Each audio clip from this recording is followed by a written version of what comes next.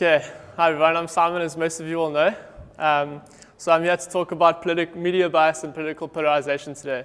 I've been kind of benignly interested in this topic for the last few years, so hopefully today I can share a few anecdotes on it and maybe some advice on how we can all avoid it. So just before we get into it, I think it's important to go through a couple of definitions just so we can lay a good foundation. Definition for media bias is the bias of journalists and news producers within the mass media in the selection of events and stories that are reported and how they are covered. And then just quickly with political polarization. Political polarization simply measures the overlap between parties. So a high level of political polarization means that, like for example in the States, Republicans would only agree with Republicans and Democrats will only agree with Democrats. So is media bias a new thing? Well, not necessarily. It has its origins during the gold rush period in the States, in California, where we see the first ties between a political party and a major media outlet. Ever since then, the major news outlets have realized that there is a significant link between your viewership, your ratings, and your bottom line. So what they've started to do is serve their viewers news accordingly, or news that they want to see, because they know that they'll come back. So this essentially speaks to the human truth, which is the confirmation bias, which is humans are way more susceptible to things that confirm our beliefs and far less likely to be susceptible to other information that's contrary to them. So just a quick example of such bias. I know this looks really complicated, but I'll try to explain it. So this has got to do with the recent Christine Ford, Brett Kavanaugh incident that happened in the States. What you have on the left-hand side is Christine Ford's testimony. All the red blocks are CNN's timestamps they're timestamps of where they updated their headline during her testimony.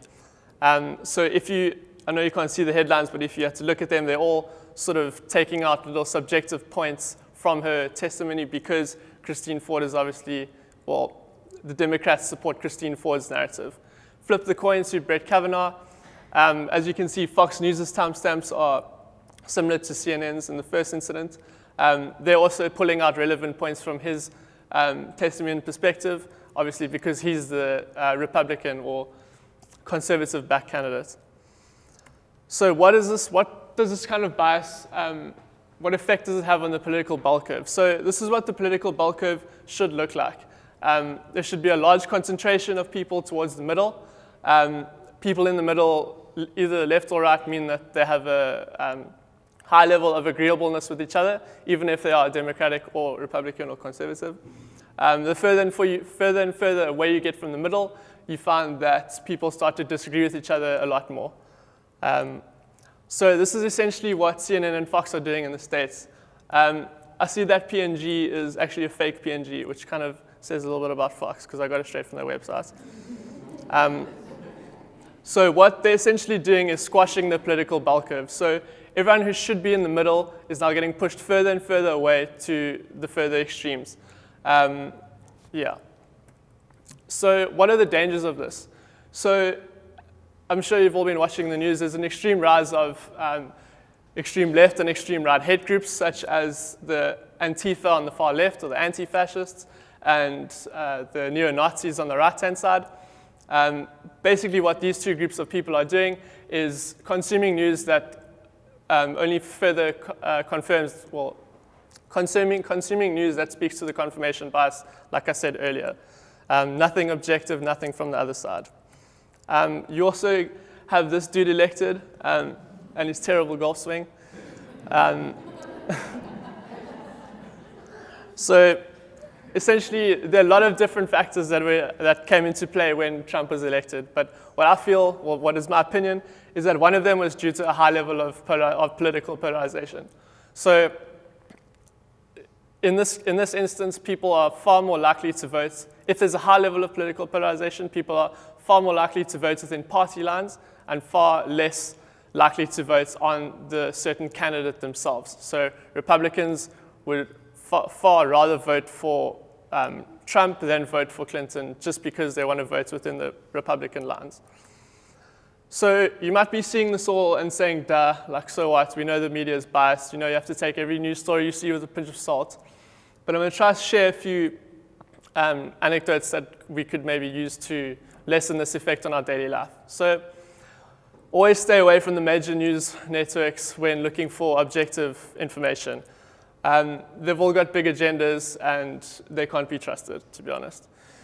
What you do if you are watching the major news outlets is at least look at two that are on opposite sides of the spectrum. So if you're going to watch news like this, watch Fox and watch CNN. Get two sides of the story, interrogate them, and make your opinion accordingly.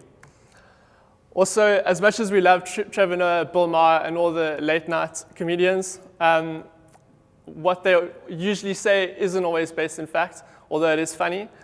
So usually take what they say with a pinch of salt and be careful of opinions masquerading as facts. So this obviously leads you to having to do your own research. And when I say do your own research, don't do this. If you have a policy that you're interested in searching, don't simply Google the policy and click the first link that agrees with what you're saying. Get a whole lot of different links together, preferably articles that support different sides of the argument, interrogate them all, and then make your opinion accordingly. So these are a few platforms that I've found are really good at trying to find an objective news source. So Twitter is obviously awesome because you can follow people that you want to follow. You can customize your own newsfeed. You can follow people from the far left, from the far right, whoever you want, and just try to get a completely painted picture of everything that's going on and not just one side of the story. Also, you can look at pure data, like from the Pew Research Center. Statistics is always good to look at because they're usually not biased. And then same goes for WikiLeaks. So bearing all this in mind, I want to leave you guys with a little quote that I feel sums all this up quite well. And it's by Bruce Thornton. So it reads, "The new world media means that in a democracy ruled by the people, the responsibility for sorting out truth, from partisan spin lies where it should, with the free citizens who have the civic duty to seek out and evaluate information before voting for party or policy. Media bias is no longer an excuse for neglecting that responsibility." Thank you very much.